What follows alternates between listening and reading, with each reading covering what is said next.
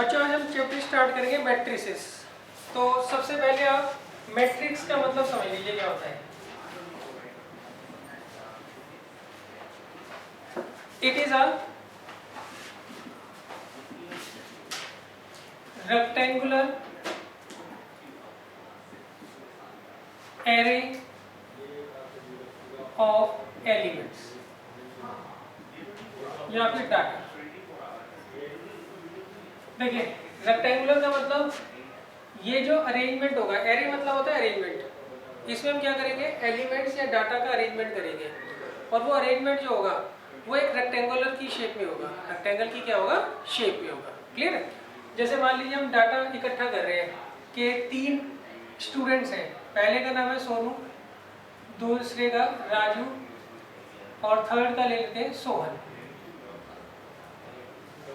अब इन्होंने कुछ पेन, पेंसिल और कॉपी खरीदी है। सही है। सोनू ने मान लीजिए 10 तो पेन खरीदे हैं, 8 पेंसिल्स खरीदी हैं और 9 कॉपीज खरीदी हैं। सिमिलरली राजू ने 20 पेन, 18 पेंसिल्स और कॉपी 17 और सोहन ने 15 पेन, 10 पेंसिल और 18 कॉपी खरीदी है। क्लियर है। अब हम क्या करेंगे, हमें ना इससे कोई लेना देना नहीं है, हमें सिर्फ इस डाटा से लेना देना है। तो ये जो डाटा हम अरेंज कर रहे हैं, इसे डाटा बोल लो या एलिमेंट बोल लो, एक ही बात है। वो किस शेप में है, रेक्टेंगल की शेप में है। क्लियर है। वो अलग बात है, इसमें 3 एलिमेंट्स ऐसे हैं, 3 एलिमेंट्स ऐसे हैं, तो इसे आप स्क्वायर भी बोल सकते हो। तो स्क्वायर जो होता है वो भी क्या होती है, एक तरह से रेक्टेंगुलर शेप ही होती है, बस उसकी लेंथ और ब्रेथ क्या होती है, आपस में इक्वल होती है। सही। तो मैट्रिक्स का मतलब क्या होता है, इट इज अ रेक्टेंगुलर, मतलब इसकी शेप रेक्टेंगल की तरह होगी। एरे मतलब अरेंजमेंट, ये रेक्टेंगुलर अरेंजमेंट होता है किसका, एलिमेंट्स का या फिर डाटा का। क्लियर है। अच्छा, तो हम इसको इस तरीके से स्क्वायर ब्रैकेट्स में रखते हैं और इसको हटा देते हैं।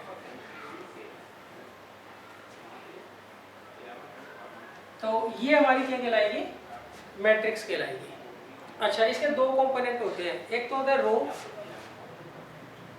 और दूसरा होता है कॉलम। देखिए ये तो आपकी फर्स्ट रो है, ये सेकंड रो है और ये आपकी थर्ड रो है। क्लियर है। फर्स्ट रो के एलिमेंट जो है वो क्या है, 10, 8 एंड 9। सेकंड के 20, 18 और 17। थर्ड के 15, 10 और 18। और ये इसके 3 कॉलम है। ये पहला कॉलम है, ये दूसरा कॉलम है और ये तीसरा कॉलम है। तो ये जो आपको मैट्रिक्स दे रखी है, इसमें 3 तो रोज है और 3 ही क्या है, कॉलम है। जो हॉरिजॉन्टल होगा वो क्या होगी, रो, और जो वर्टिकल होगा वो क्या होगा, कॉलम। ज़्यादा क्लियर है। अच्छा, इसके बाद आता है जो पोजीशनिंग होगी एलिमेंट की, वो हम कैसे करते हैं। जैसे कोई कहता है इसकी पोजीशन बताओ, तो आप देखिए रो और कॉलम का ट्रांसेक्शन वो देख लो, पॉइंट ऑफ इंटरसेक्शन देख लो, R1 और C1। सही। तो इसका मतलब ये जो होगा फर्स्ट रो का, सही, फर्स्ट रो और फर्स्ट कॉलम में आ रहा है, तो इसका मतलब इसकी पोजीशनिंग क्या ऐसे लिखेंगे हम, A11 लिखेंगे। पहले तो लिखते हैं रो की पोजीशन और फिर लिखते हैं कॉलम की, मतलब फर्स्ट रो का फर्स्ट कॉलम का ये एलिमेंट है। अच्छा, अगर कोई कहता है इसको बताइए, तो यहाँ पे देखिए रो और कॉलम का ये पॉइंट ऑफ इंटरसेक्शन कौन सी रो कौन सी कॉलम का है, सेकंड रो और थर्ड। क्लियर है। तो ये कितना आ जाएगा, A23, मतलब सेकंड रो और थर्ड कॉलम। क्लियर है। अच्छा, कोई ये कहता है कि इसको बताइए, तो इसका ही देखिए किसका पॉइंट ऑफ इंटरसेक्शन है, C3 और R3 का, तो ये क्या हो जाएगा, A33। तो A11 क्या है बताइए, 10। A23 कितना है बताओ, 17 और A33 कितना है, 18। क्लियर है। तो इसकी क्वेश्चनिंग तो कर लोगे आप लोग, ये नोट करने तो कर लीजिए आप लोग।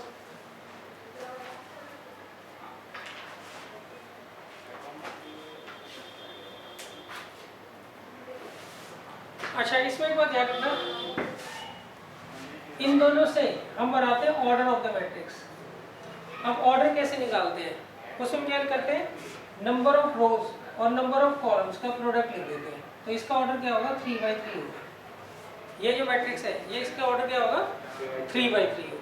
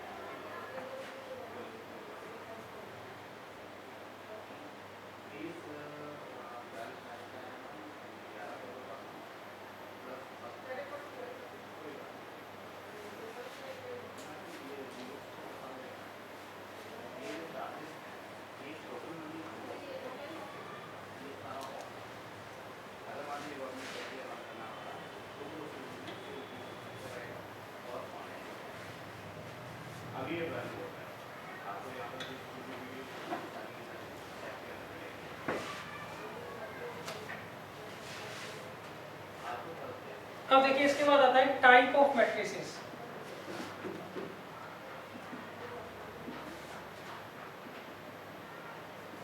सबसे पहले आती है रो मैट्रिक्स। जितनी भी रो मैट्रिक्स होगी उसमें सिर्फ एक ही रो होती है, कॉलम की कोई लिमिटेशन नहीं है। जैसे मान लीजिए मैंने एक मैट्रिक्स ले रहा हूँ ए और उसके एलिमेंट्स मैंने इस तरह से ले लिए। इसमें देखिए कितनी रो है, सिर्फ एक ही रो है और कॉलम कितने हैं, 3। तो ये किसका एग्जांपल हो गया, रो मैट्रिक्स का। दूसरी होती है कॉलम मैट्रिक्स।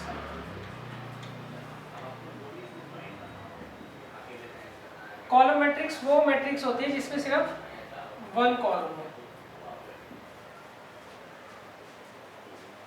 मान लीजिए मैं नाम दे रहा हूँ बी और इसके एलिमेंट्स ले लिए -1, 10 और 80। अब इसे देखिए इसमें रोज कितनी है, 3, मगर कॉलम कितना है, 1 ही है। तो इसका ऑर्डर क्या लिखूंगा मैं, 3/5। ऑर्डर को हम क्या करते हैं, हमेशा नीचे की तरफ लिखते हैं। नेक्स्ट आती है स्क्वायर मैट्रिक्स।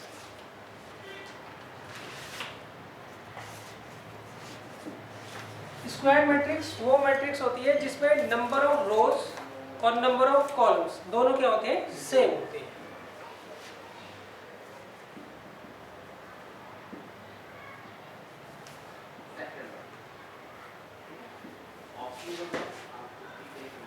मैंने इसका नाम दे दिया सी। अब देखिए मैं यहाँ पे एक मैट्रिक्स बना रहा हूँ, इसका ऑर्डर बताओ सी क्या होगा। हाँ 2/2 होगा। इसमें 2 रोज है और 2 कॉलम है। हाँ जी प्रज्ञान ये बताओ, इसमें एक ही एलिमेंट है, ये स्क्वायर मैट्रिक्स होगी सर, क्योंकि रो तो एक ही है और कॉलम भी एक ही है। हाँ तो अब देखो इसमें एक रो है और एक ही कॉलम है, तो इसका मतलब ये क्या हो गया, ये भी स्क्वायर मैट्रिक्स है। क्लियर है। ऐसे आप 3/3 भी बना सकते हो जिसमें 3 रोज और 3 कॉलम्स हो। नेक्स्ट आता है डायगोनल मैट्रिक्स। अब देखिए डायगोनल मैट्रिक्स क्या होती है, रेक्टेंगल में कितने डायगोनल होते हैं, 2 होते हैं ना, मगर हम जो मैट्रिक्स पढ़ रहे हैं इसमें सिर्फ एक ही डायगोनल होता है।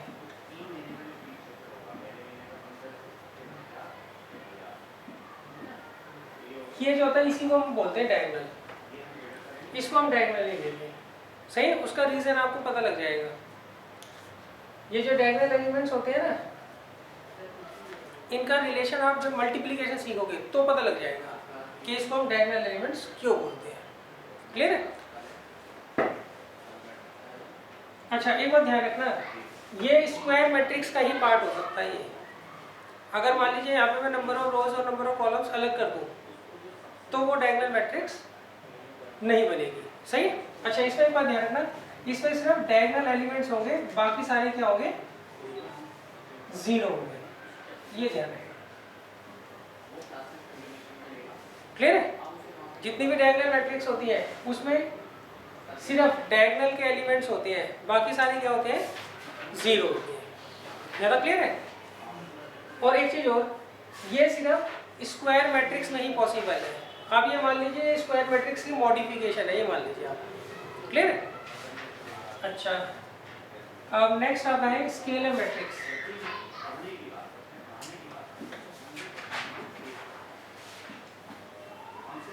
स्केलर मैट्रिक्स जो होती है वो डायगोनल मैट्रिक्स का ही मॉडिफिकेशन होता है। कैसा मॉडिफिकेशन? इसमें डायगोनल एलिमेंट्स जो होते हैं ये सारे के सारे सेम होते हैं। मान लीजिए यहाँ पे -1 लिख रहा हूँ, तो यहाँ भी -1, यहाँ भी -1, बाकी सारे क्या होंगे, 0 होंगे। मान लीजिए मैं यहाँ पे 10 लिख रहा हूँ, तो ये सारे 10 होंगे। क्लियर है। अच्छा, इसकी क्या इंपॉर्टेंस होती है, इसकी आपको ओरल पता लग जाएगी। मान लीजिए आप इसको इससे मल्टीप्लाई करते हैं, तो इसके सारे एलिमेंट्स जो है ना 10 से मल्टीप्लाई हो जाएंगे। मान लीजिए मैंने यहाँ पे 7 7 7 लिखा है। अब इसको अगर आप किसी एक पर्टिकुलर मैट्रिक्स से मल्टीप्लाई करोगे तो वो मैट्रिक्स होगी, उसके हर एलिमेंट 7 से मल्टीप्लाई हो जाएगा। क्लियर है। या मल्टीप्लिकेशन भी सीखोगे। मान लीजिए ये S है, इसको मैं जो है इससे मल्टीप्लाई करता हूँ, तो जो रिजल्ट आएगा उसमें क्या होगा, ये सारे 10 टाइम्स हो जाएंगे। मान लीजिए इससे कर रहा हूँ मैं,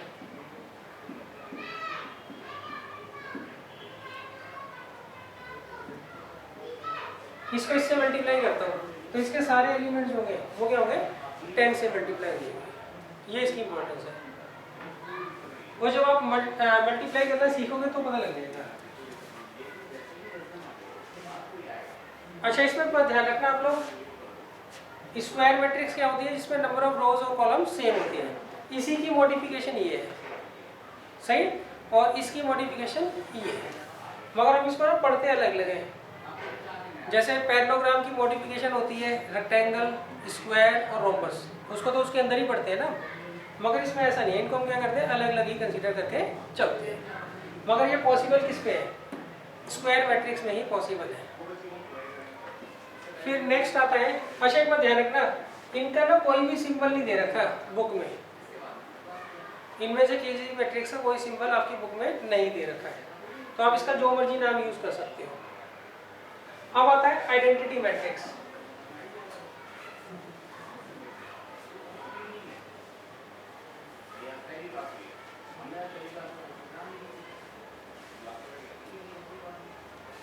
आइडेंटिटी मैट्रिक्स का जो सिंबल होता है, इसका सिंबल आप आई ही लिखोगे जब तक वो ना कहे कि ये पर्टिकुलर सिंबल यूज करो।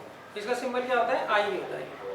इसमें क्या होगा, इसके सारे के सारे जो डायगोनल्स के एलिमेंट्स होते हैं वो 1 होते हैं।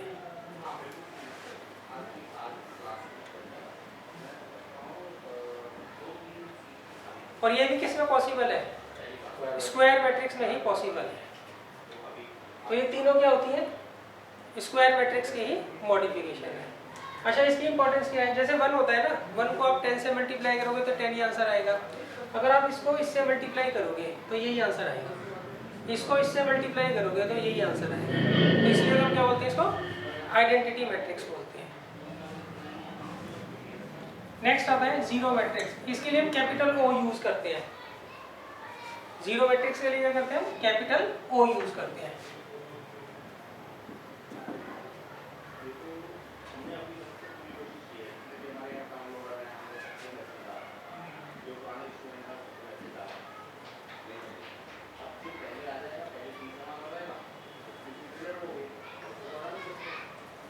क्लियर। तो जीरो मैट्रिक्स में क्या होता है, इसके सारे एलिमेंट्स जो होते हैं वो क्या होते हैं, 0 होते हैं।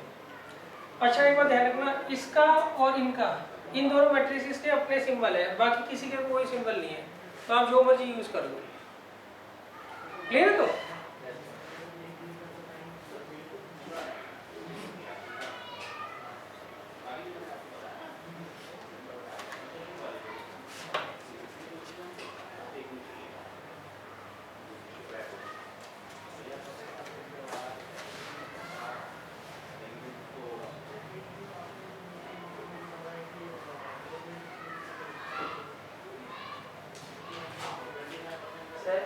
हाँ जी, सर अगर हमें डाटा दे रखा होता है कि किसी ने ये सामान खरीदा, मतलब 13 पेन्स खरीदे, 21 पेंसिल्स खरीदी, और सेकंड वाले ने भी इतना ही खरीदा, और अगर जीरो मैट्रिक्स है वो, तो दोनों ने जीरो जीरो कुछ भी नहीं खरीदा, तो सिचुएशन तो एग्जिस्ट ही नहीं करेगा।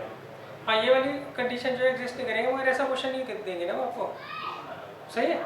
वो क्वेश्चन देंगे जिसकी आप मल्टीप्लिकेशन कर सकते हो या एडिशन कर सकते हो, क्लियर है। जो एग्जिस्ट नहीं करती ना वो इसमें नहीं बनती। इसमें होता क्या है बच्चों, आप जो डेली लाइफ में चीज़ें खरीदते हो बेचते हो, उसको हम क्या करते हैं कंप्यूटर की फॉर्म में क्या करते हैं, मैट्रिक्स और कॉलम, मैट्रिक्स फॉर्म करके उसकी मल्टीप्लाई करके हम आंसर निकालते हैं, सही। जैसे वेक्टर्स होता है, वेक्टर्स क्या करता है फिजिक्स में, जो फोर्सेस वगैरह होती है, सही, उसका प्रोडक्ट वगैरह scalar product dot product find out करने के लिए काम आता है। ऐसे ही जो मैट्रिक्स है, मैट्रिक्स पढ़ोगे आप, डिटरमिनेंट पढ़ोगे, इनका अपना कोई लॉजिक नहीं है। ये क्या करते हैं, दूसरों के जो कॉन्सेप्ट्स होते हैं उनको क्या करते हैं, सॉल्व करते हैं। डिटरमिनेंट तो आपने पढ़ लिया होगा ना, फिजिक्स में पढ़ा आपने डिटरमिनेंट। डॉट प्रोडक्ट कैसे निकालते हो, या क्रॉस प्रोडक्ट। क्रॉस प्रोडक्ट में वो पैरेलल लाइन लगा के नहीं बनाते आप, चलो जो वाई में बता दूंगा आपको, यहाँ तक क्लियर है। अब देखिए सबसे पहला क्वेश्चन जो आता है वो ये बनता है, आपको एक मैट्रिक्स दी होगी ए,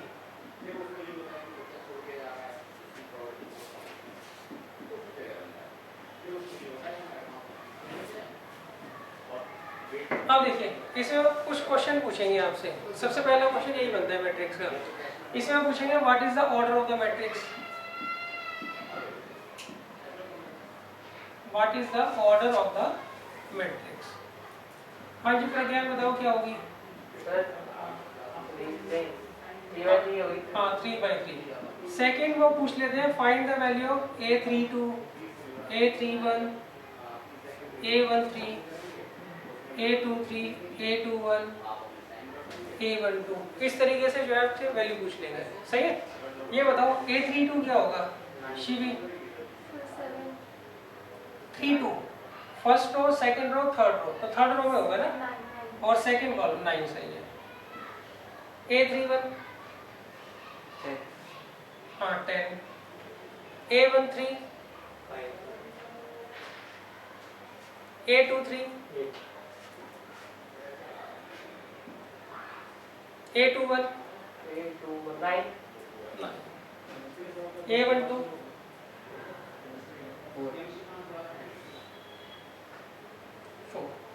क्लियर है।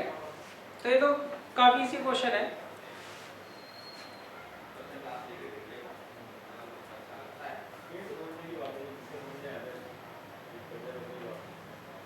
अब देखिए जो दूसरा क्वेश्चन इससे बनता है,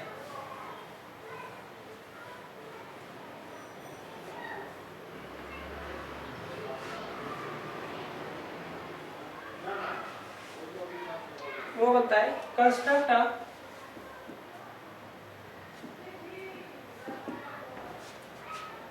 two by two matrix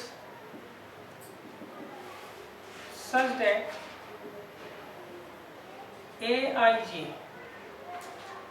is equal to I plus j का होल स्क्वायर, सही। इसमें मैंने कहा आपको एक 2/2 की मैट्रिक्स क्या करनी है, कंस्ट्रक्ट करनी है, और उसमें जो आप एलिमेंट निकालोगे वो इस फॉर्मूले से निकलेंगे, सही। तो पहले हम क्या करते हैं, रफ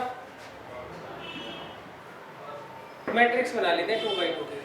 तो उसका जो पहला एलिमेंट होगा वो A11 होगा, दूसरा A12, नेक्स्ट A21 और नेक्स्ट A22। ये तो होगी जब आप जनरल मैट्रिक्स बनाओगे। अब हमें क्या करना है, A11, A12, A21 और A22 की वैल्यू निकालनी है। उसके लिए हमें फार्मूला दे रखा है, फार्मूला क्या दे रखा है, Aij = I plus j का होल स्क्वायर। तो अगर हमें A11 निकालना है तो हम क्या करेंगे, इसको इससे कंपेयर कर लो, तो I की जगह क्या है 1, j की जगह क्या है 1, यहाँ पुट कर दीजिए, कितना आ गया 4। फिर हमें क्या निकालना है बच्चों, A12 निकाल लेते हैं पहले। तो I की जगह क्या आएगा 1, j की जगह आएगा, सही। और A21 कंपेयर कर लो, 2 + 1 का होल स्क्वायर, और A22 कंपेयर कर लो I2 और J2, तो कितना आ जाएगा 16।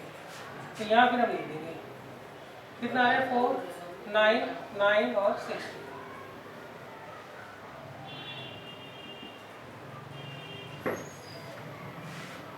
क्लियर है? तो इसे नोट कर लीजिए आप लोग।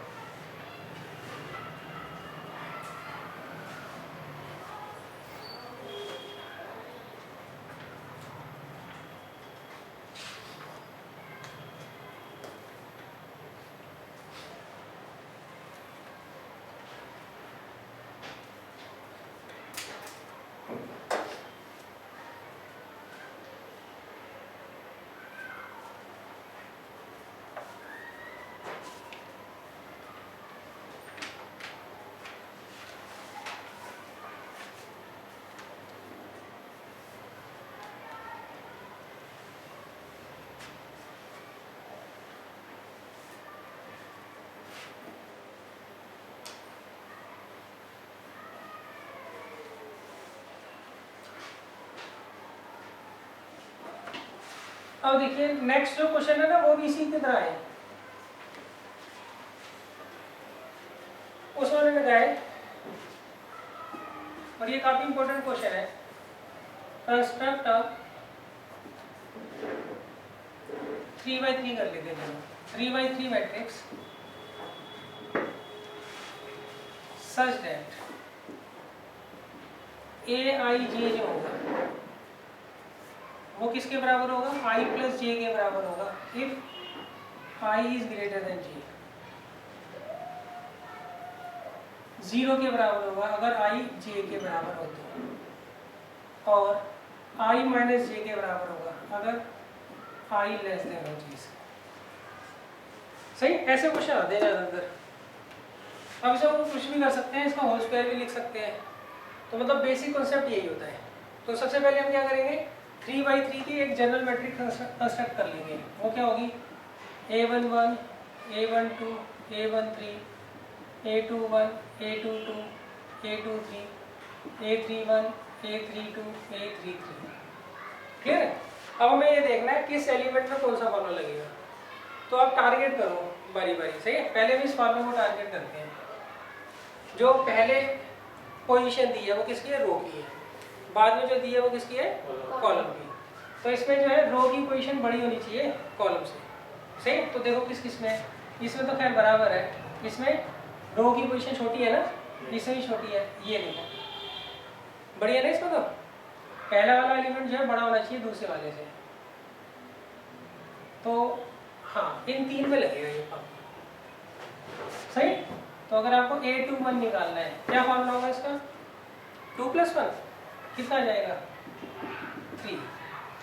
A31 सही है, I कितना है 3, J कितना है 1। A32 I कितना है 3, J कितना है 2। अच्छा, अब हम क्या करते हैं, इसको टारगेट करते हैं जहाँ पर I और J इक्वल हो, मतलब रो और कॉलम की पोजीशन सेम हो। तो उसके लिए देखिए यहाँ भी इक्वल है ना तीनों में, इसको तो सीधा लिख दूँ, A11, A22, A33, ये किसके बराबर होगा 0। अब बच गई है, यहाँ पर I जो है वो लेस देन होना चाहिए J से, मतलब जो कॉलम की पोजीशन है वो बड़ी होनी चाहिए। तो इसको देखिए, इन तीनों में कॉलम की पोजीशन क्या है, बड़ी है। तो A12 का क्या फॉर्मूला होगा, 1 - 2 ना, कंपेयर करके वैल्यू पुट करते हैं। और नेक्स्ट क्या है, देखो 13 क्या आएगा 1 - 3। फिर A23 क्या आएगा 2 - 3। क्लियर है? अब ये वैल्यूज उठा के यहाँ रख दीजिए और नीचे ऑर्डर रूल लिख देना। जब भी हम मैट्रिक्स कंस्ट्रक्ट करते हैं ना, मैट्रिक्स का कोई क्वेश्चन आए तो उसमें आप ऑर्डर लिखो ना लिखो कोई फर्क नहीं पड़ता, नॉर्मली कोई लिखता भी नहीं है। अगर वो कहते हैं कंस्ट्रक्ट करो मैट्रिक्स तो आपको ऑर्डर जरूर लिखना होता है, वैसे किसी भी क्वेश्चन में लिखने की जरूरत नहीं होती।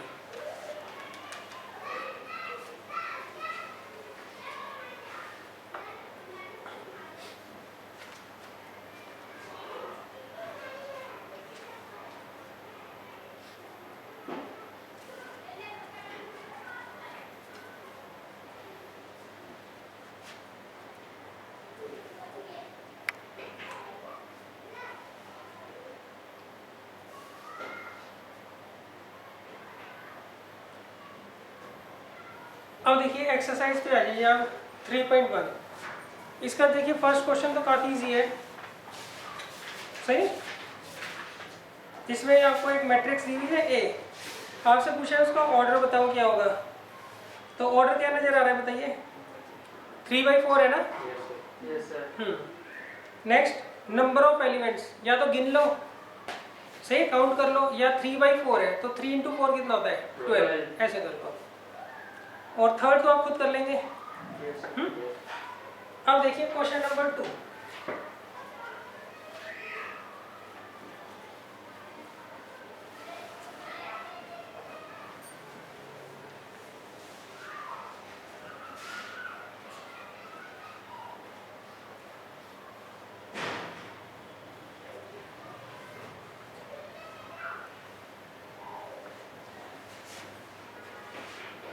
देखिए क्वेश्चन नंबर 2 में लिखा है if a matrix has 24 element what are the possible order it can have, what if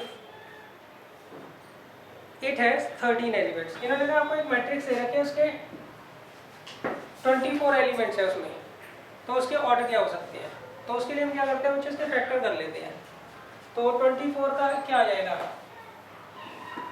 24 बन जा, एक तो ये ऑर्डर हो सकता है, दूसरा 12 2 जा, सिंपली फैक्टर कर लो, 8 3 जा, 4 6 जा, क्लियर है। अच्छा इसको रिवर्स कर लो, 1 × 24, 2 × 12, 3 × 8, 6 × 4, क्लियर है। इसका मतलब क्या है, 24 रोज 1 कॉलम, इसका मतलब 1 रो 24 कॉलम। तो अगर ये एग्जिस्ट कर रहा है तो ऑब्वियस सी बात है ये भी एग्जिस्ट करेगा। तो ये पॉसिबल ऑर्डर है जिसके 24 एलिमेंट्स हो मैट्रिक्स के।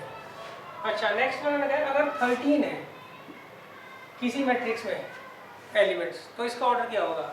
इसके फैक्टर कर लो, 1 × 13 और 13 × 1। इसके सिर्फ 2 ही पॉसिबल ऑर्डर हैं, जबकि इसके कितने थे 8, क्लियर है इसका।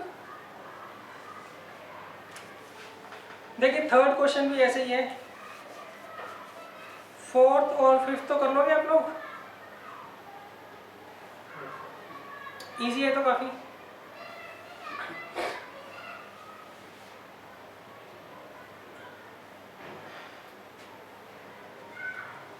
अब देखो 6 में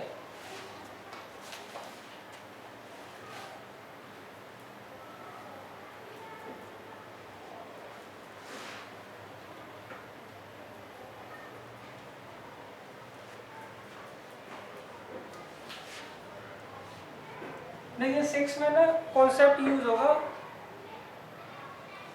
कि इफ 2 मैट्रिसेस आर इक्वल, मान लीजिए आपको 2 मैट्रिसेस इक्वल दे रखी हैं, तो उस केस में क्या होगा, उनके कॉरस्पॉन्डिंग एलिमेंट्स जो होंगे उनकी वैल्यू क्या होगी, सेम होगी।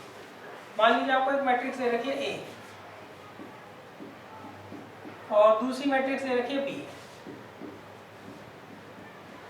सही। अब हमें चेक करके बता रहा है ये इक्वल है या नहीं। तो कॉरस्पॉन्डिंग एलिमेंट्स देख लीजिए, ये a11 है, ये a11 है, तो इक्वल है ना। इसका a11 इसके a11 के कॉरस्पॉन्डिंग होगा, इसका a12 इसके a12 के कॉरस्पॉन्डिंग होगा, इसका a21 इसके a21 के कॉरस्पॉन्डिंग होगा, इसका a22 इसके a22 के क्या होगा, कॉरस्पॉन्डिंग होगा, क्लियर है।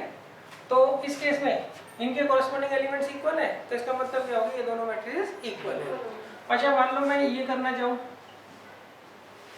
तो बताइए अब होगी इक्वल, अब नहीं होगी, क्यों, ये 2 कॉरस्पॉन्डिंग एलिमेंट्स तो चलो दिख रहे हैं सेम है, मगर ये 2 नहीं है, सही। इवन आप ऐसे कर लीजिए, यहाँ 5 कर लो, यहाँ भी 5 कर लो, अगर ये दोनों भी इक्वल नहीं है तब भी क्या होगा, ये इक्वल नहीं होगी। सारे के सारे कॉरस्पॉन्डिंग एलिमेंट्स की वैल्यू क्या होनी चाहिए, सेम होनी चाहिए, क्लियर है। हाँ जी प्रज्ञान ये बताओ, एक आपको मैट्रिक्स दे रखी है उसका ऑर्डर 2/3 है और दूसरी 3/2, क्या इक्वल हो सकती है, नहीं। हाँ ऑर्डर सेम होना जरूरी है, सही है। अगर मान लीजिए कॉरस्पॉन्डिंग एलिमेंट्स की वैल्यू सेम है तो उसका मतलब ऑर्डर भी क्या होगा उस केस में, सेम ही होगा। डिफरेंट ऑर्डर वाली मैट्रिसेस कभी भी इक्वल नहीं हो सकती हैं। तो इससे रिलेटेड बच्चों क्वेश्चन है क्वेश्चन नंबर 6, तो ये तो आप खुद कर लेंगे, इजी है। 7th भी खुद कर लेंगे। कंपेयर करके आप क्या करोगे, ए और बी में 2 रिलेशन बन जाएंगे, उसमें एलिमिनेशन मेथड लगाकर ए और बी निकाल लेना है। क्लियर है? अब देखिए 8th में इन्होंने कहा है आपको एक मैट्रिक्स दे रखी है ए, उसको इन्होंने इस तरीके से डिफाइन कर रखा है। ये मैट्रिक्स का साइन है, ये उसके एलिमेंट को रिप्रेजेंट कर रहे हैं। सही? ये किसका साइन है? मैट्रिक्स का।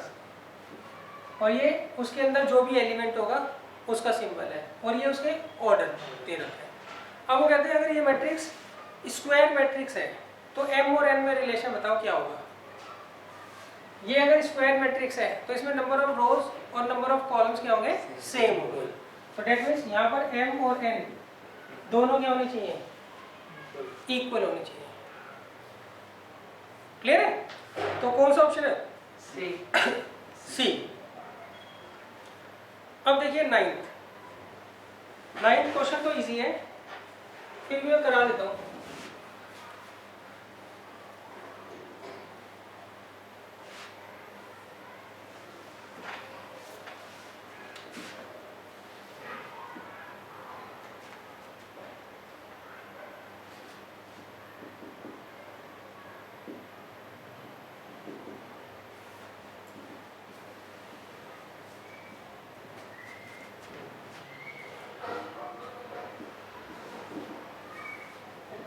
इसका तो बी आना चाहिए ना।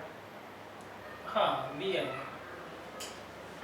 इसलिए मैं करा रहा हूँ, नहीं तो खुद ही कर लेंगे ना। देखिए इन्होंने कहा है आपको x और y की वैल्यू निकालनी है। सही है?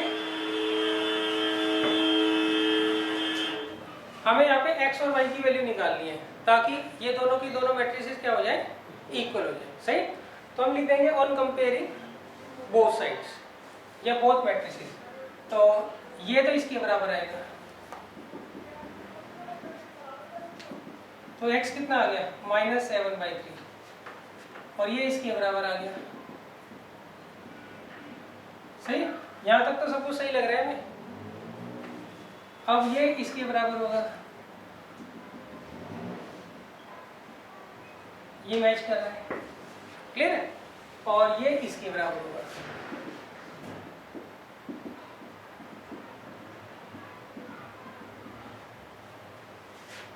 ये डिफरेंट आ रही है ना। सही? हमने कहेंगे दोनों मैट्रिसेस को इक्वल रख दिया। अब इससे चाहे x की वैल्यू 1 आए, चाहे 2 आए, चाहे 3 आए। सही? अगर 1 आती है तो वही आंसर है। अगर x की 2 वैल्यूज आ रही है तो दोनों सेम आनी चाहिए। x की कई बार 3 वैल्यूज भी आ जाती है तो वो तीनों सेम होनी चाहिए। सही? अब इसमें देखिए y की तो सेम आ रही है, x की अलग आ रही है ना, तो इसका मतलब ये क्वेश्चन क्या है, गलत है। तो हम ये तो लिखे नहीं क्वेश्चन गलत है, हम क्या लिखेंगे, हाँ कि नॉट डिफाइंड है, मतलब ये दोनों इक्वल हो ही नहीं सकते। या तो क्लियर है?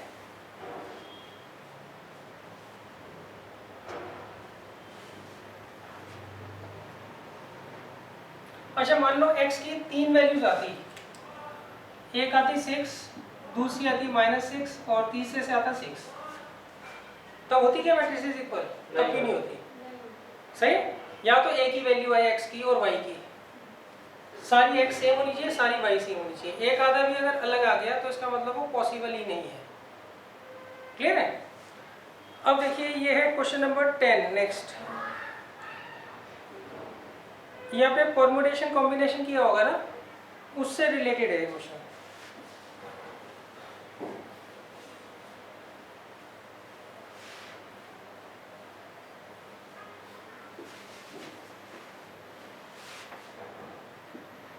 देखिए क्वेश्चन नंबर 10 में लिखा है the number of all possible matrices of order 3/3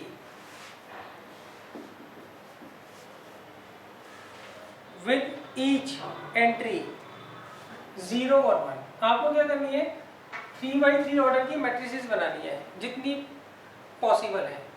सही? कंडीशन क्या है, उस मैट्रिक्स का हर एलिमेंट या तो 0 होगा या फिर 1 होगा। सही? तो पहले ऐसे ही मैं कंस्ट्रक्ट कर लेता हूँ रफ में, A11 A12 A13 A21 A22 A23 A31 A32 A33। Clear है? इसके लिए कितनी चॉइसेस है? इस एलिमेंट को भरने के लिए मेरे पास कितनी चॉइसेस है? 2। इसको 2, इसको 2। ऐसे ही 9 के 9 एलिमेंट्स को भरने के लिए मेरे पास कितनी चॉइसेस है? 2 चॉइसेस है।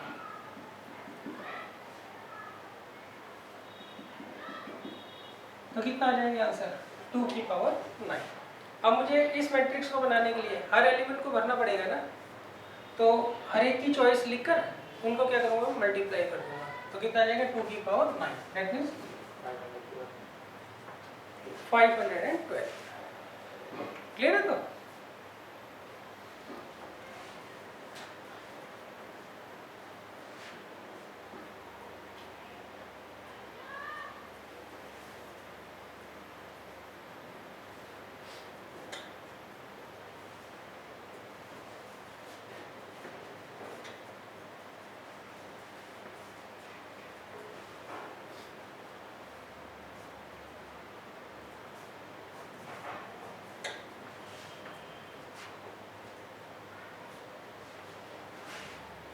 अब देखिए जो सेकंड एक्सरसाइज है, इसमें मैं क्या करना है? 2 मैट्रिसेस को ऐड करना है, सब्ट्रैक्ट करना है और मल्टीप्लाई करना है।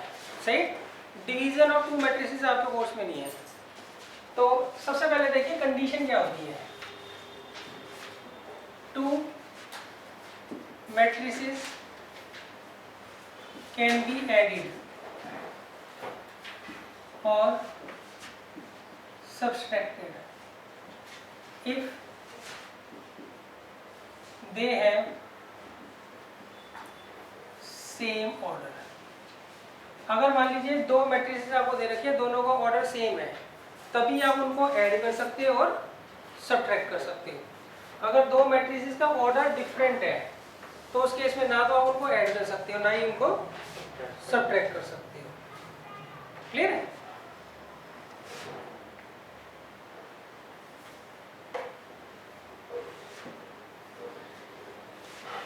अब जैसे मान लीजिए आपको क्वेश्चन में एक मैट्रिक्स ए दे रखी है 2 3 4 5 और एक मैट्रिक्स दे रखी है बी। अब इनका ऑर्डर सेम है ना, तो आप इनको इजीली जो है ऐड कर सकते हो और सब्ट्रैक्ट भी कर सकते हो। अच्छा मान लीजिए आप इनको ऐड कर रहे हो, तो ऐड कर कर आंसर क्या आएगा? आप कॉरस्पॉन्डिंग एलिमेंट्स को ऐड कर लो। 2 को किससे ऐड करेंगे? 7 से, 3 को 8 से, 4 को 6 से, 5 को 5 से। क्लियर है? अच्छा अगर आपको सब्ट्रैक्ट करना है तो 2 - 7, 3 - 8, 4 - 6, 5 - 5। क्लियर है? तो एडिशन और सब्ट्रैक्शन को समझ आ गया ना 2 मैट्रिसेस का।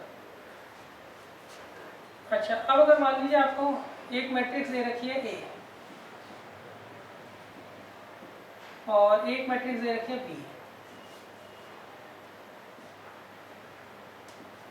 तो अब देखिए इनका ऑर्डर अलग है ना, तो ना तो आप इनको ऐड कर सकते हो ना इनको सब्ट्रैक्ट कर सकते हो। तो हम इसको ना ऐसे लिखते हैं, ये बहुत कम लिखने को आएगा कि भाई ए प्लस बी, ए और बी ऐड हो सकते हैं कि नहीं हो सकते। वो आपसे ये पूछेंगे कि ए प्लस बी डिफाइंड है या नहीं है, तो आप नो लिख कर आओगे। सही? वो कहेंगे if A is this much, B is this much, then find out whether A plus B is defined or not. ऐसे पूछेंगे वो ये नहीं कहेंगे ए और बी ऐड हो सकती है कि नहीं हो सकती, वो तो रेयर केस है पूछे तो। वो ऐसे पूछेंगे कि ए प्लस बी डिफाइंड है, आप लिख दोगे ऑर्डर अलग है इसलिए ए प्लस बी क्या है? डिफाइंड नहीं है। सिमिलरली ए माइनस बी जो है वो भी डिफाइंड नहीं है। क्लियर है? अच्छा ऐड सब्ट्रैक्ट कब करते हैं? जब ऑर्डर सेम हो। और करने का तरीका क्या है? कॉरस्पॉन्डिंग एलिमेंट्स को ऐड कर दो और कॉरस्पॉन्डिंग एलिमेंट्स को सब्ट्रैक्ट कर दो जैसे आपको दे रखा है। अगर a माइनस बी दिया है तो पहले एलिमेंट ए के आएंगे मैट्रिक्स के, सही है, और फिर आएंगे बी के। b माइनस ए दिया है तो पहले b के फिर a के लिखेंगे। क्लियर है? अच्छा अब नेक्स्ट है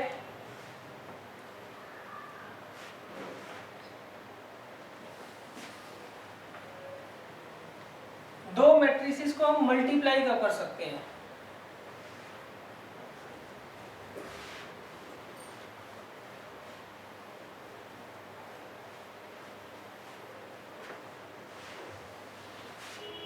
मल्टीप्लिकेशन ऑफ टू मैट्रिसेस।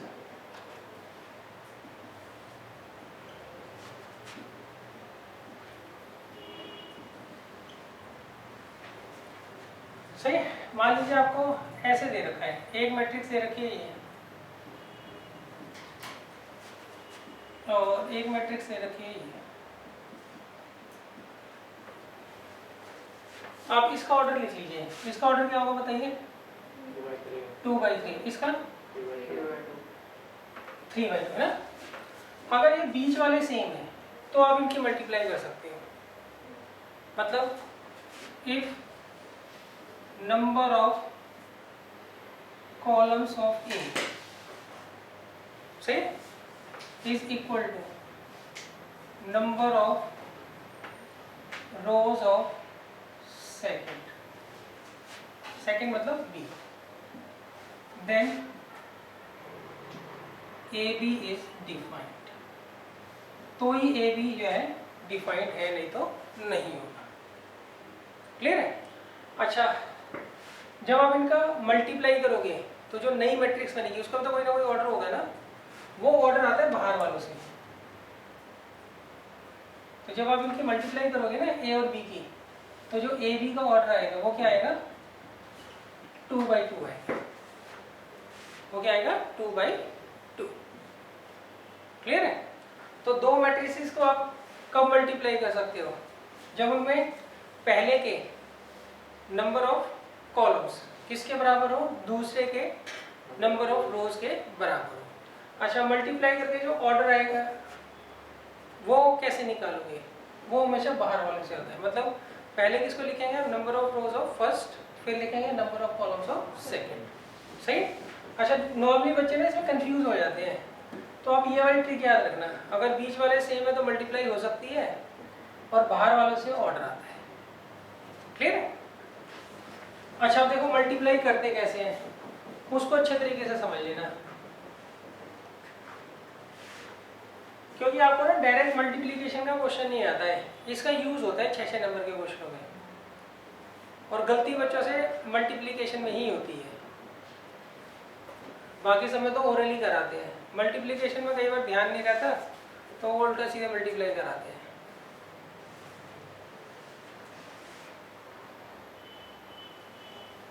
अब चलो इन्हीं को मल्टीप्लाई करते हैं हम।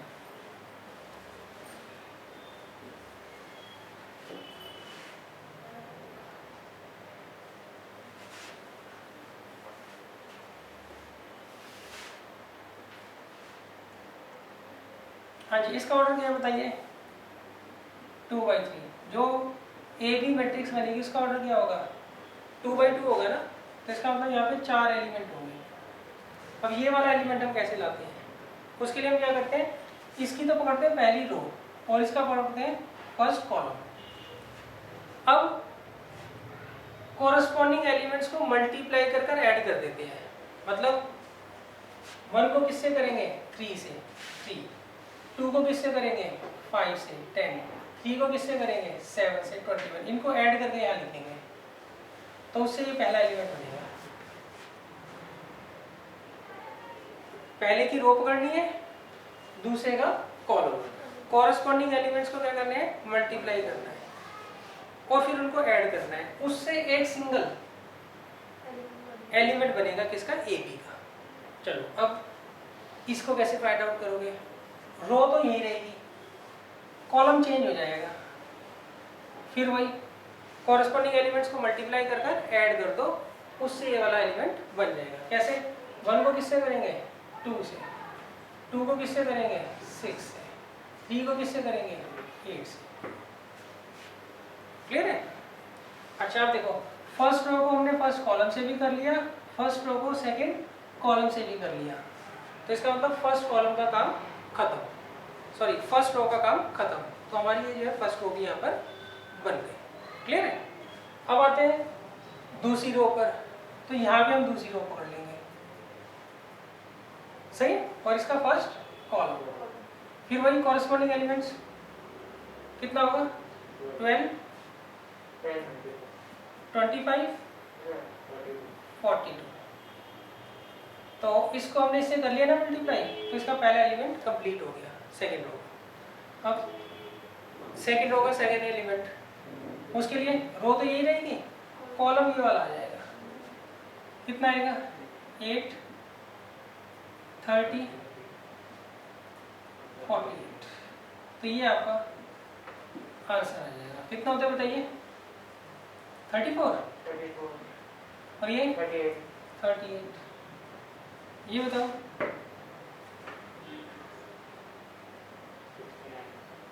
69, 79 ना। अच्छा, और ये बताओ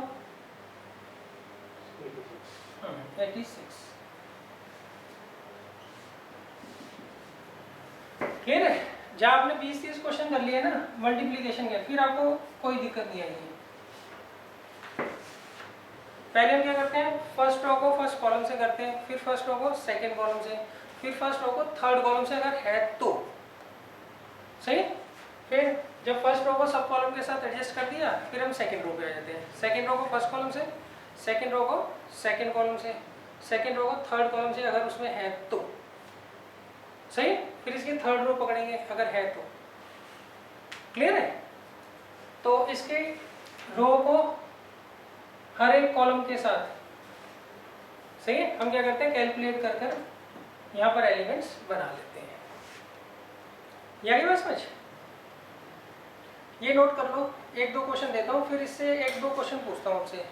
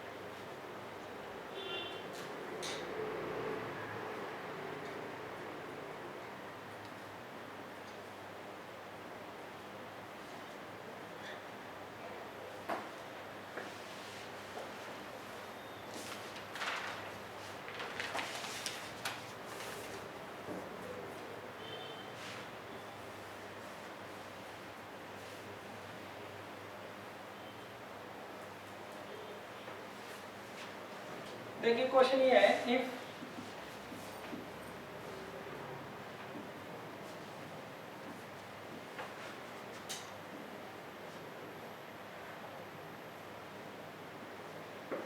सही है, ये मैट्रिक्स ए दे रखी है उसका ऑर्डर ये है, बी मैट्रिक्स ये दे रखी है उसका ऑर्डर ये है, बीच में कोई साइन नहीं है तो इसका मतलब मल्टीप्लाई हो रही है।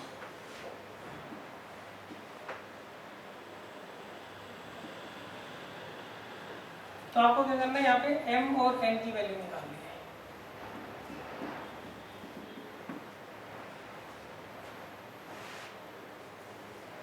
ऐसे क्वेश्चन आते हैं 1 नंबर में।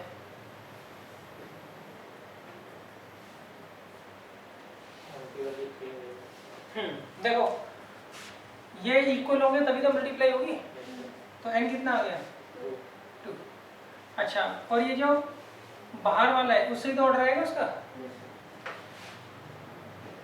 तो m कितना आ गया 3। ऐसे 1-1 नंबर के क्वेश्चन आते हैं। क्लियर है? अच्छा,